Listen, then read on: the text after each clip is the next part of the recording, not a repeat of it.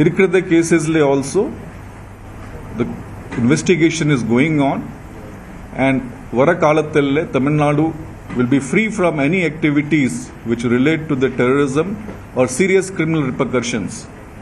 That will be assured of. இத ஒரு இந்த கேஸஸ் சம்பந்தமா ஏதாவது ஒரு கேள்வி இருந்தால கேட்கலாம். இதுக்கான இந்த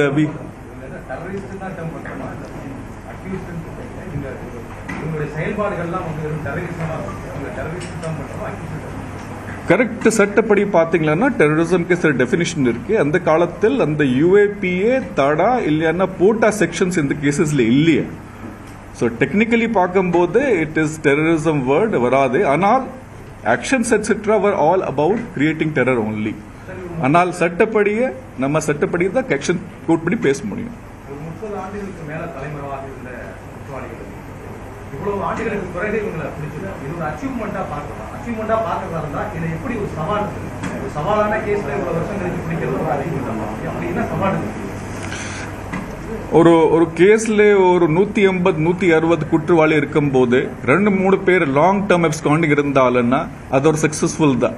நீங்க 180 160 அக்யூஸ்ல இருந்து ஒரு எல்லாமே அப்ஸ்காண்டிங் இல்லைன்னா நிறைய பேர் லாங் டேர்ம் அப்ஸ்காண்டிங் சொன்னா அது ஒரு ஃபெயிலியர் சொல்லிடலாம். ஆனால் ஒரு 2-3 பேர் மட்டும் லாங் டேர்ம் அப்ஸ்காண்டிங் அது கூட இப்போ விசாரணைப்படியே எப்படி அவங்க நிறைய ஃபேக் ஐடென்டிட்டிஸ் இடம் இங்க தொடர் வைக்காம எப்படி மாத்திட்டு இருந்தாரு அதை பார்க்கும்போது 30 வருஷம் தாண்டி கூட நம்ம அந்த கேஸ் விடாம பிடிச்சிருக்கோம்னா டெஃபினெட்லி சக்சஸ் ஒன்லி. ஒரு ஆள் கேளுங்க.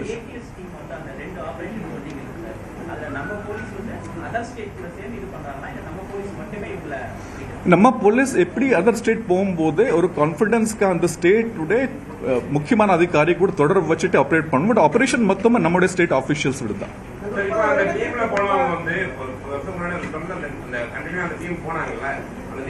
அதிகாரிகள் இருந்தாங்க, எத்தனை போலீஸ்மேன் இருந்தாங்க கேட்டீங்கன்னா இப்ப அவங்களுக்கு என்ன பண்ணிருக்கீங்க? ஒவ்வொரு முறையுமே ஒரு பாதுகாப்புங்கிறது ரொம்ப முக்கியம் போலீஸ்.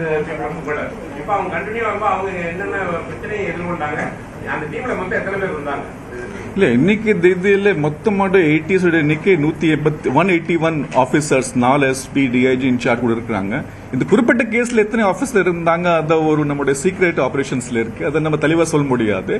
எந்த கேஸ்ல இருந்தாலும்னா அதுக்கு எவ்வளவு டீடைல்ஸ் கொடுக்க முடியும் பார்க்கும்போது அந்த ஆபீசரோட ப்ரொடெக்ஷன் அவங்களோட சீக்ரெசி கூட பார்க்க வேண்டியிருக்கும். ஒரு ஆள்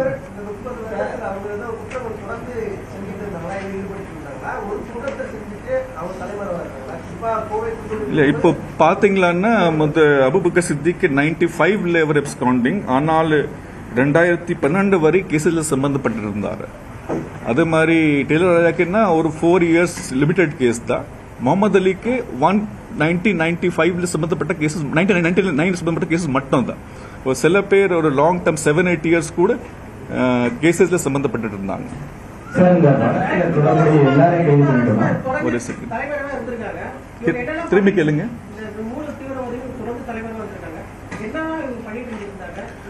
அவங்க இது நம்ம அரெஸ்ட் பண்றதுக்கு 24 hours உள்ள ஜெர்னி டைம் தவிர நம்ம ரிமாண்ட் பண்ண வேண்டியிருக்கும். ஸோ ரிமாண்ட் பண்ணிருக்கோம். அடுத்து நம்ம அவங்க கஸ்டடி எடுத்துட்டு ஃபர்தர் விசாரிக்க வேண்டியிருக்கும். ஆனால் முதல் விசாரணை படியே அவங்க அந்த லோக்கல் ஊர்ல different kind of business, or the textile business, or the grocery store, or the real estate business, இது மாதிரி லோக்கல் அவங்க வாழ்க்கைக்கு பண்ணிட்டு இருந்தாங்க. அந்த ஊர்ல எல்லாம் ஐடென்டி கார்ட்ஸ் மாத்திட்டு நிறைய நடுவில் மாத்திட்டு இருக்காங்க. ஐடென்டி கார்ட்ஸ் அங்கே கூட நிறைய லோக்கல் தொடர்புல அவங்க கூட செஞ்சுட்டு இருந்தாங்க.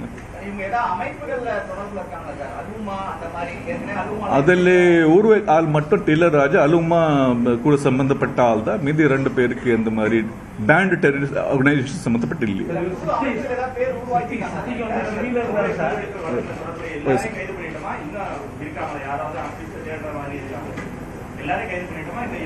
இந்த கேசஸ் 29 PT கேசஸ்ல மேக்சிமம் அக்யூஸ் நம்ம சட்டுக்கு உள்ள கொண்டு வந்துட்டோம். இன்னும் விசாரணை இருக்கு. சில டைம்ல சில பேர் ஹாஜராகி திரும்பி அப்ஸ்காண்ட் ஆயிருவாங்க. பட் லாங் டேர்ம் அப்ஸ்காண்டிங் ஆள் நம்மகிட்ட இப்போ ஒரு 2 தவிர வந்து யாரும் இல்லையா. ஆபரேஷன் அறம் அது நம்ம சொல்ல முடியாது. ஆபரேஷன் ரம்ல பிடிச்சிருக்கோம். எந்த ஆபரேஷன் லைவ் இருக்கே சொல்ல முடியாது. பட் அகலி ஆபரேஷன் ரெட்ல பிடிச்சிருக்கோம். முருகேஷன் சொல்லுங்க.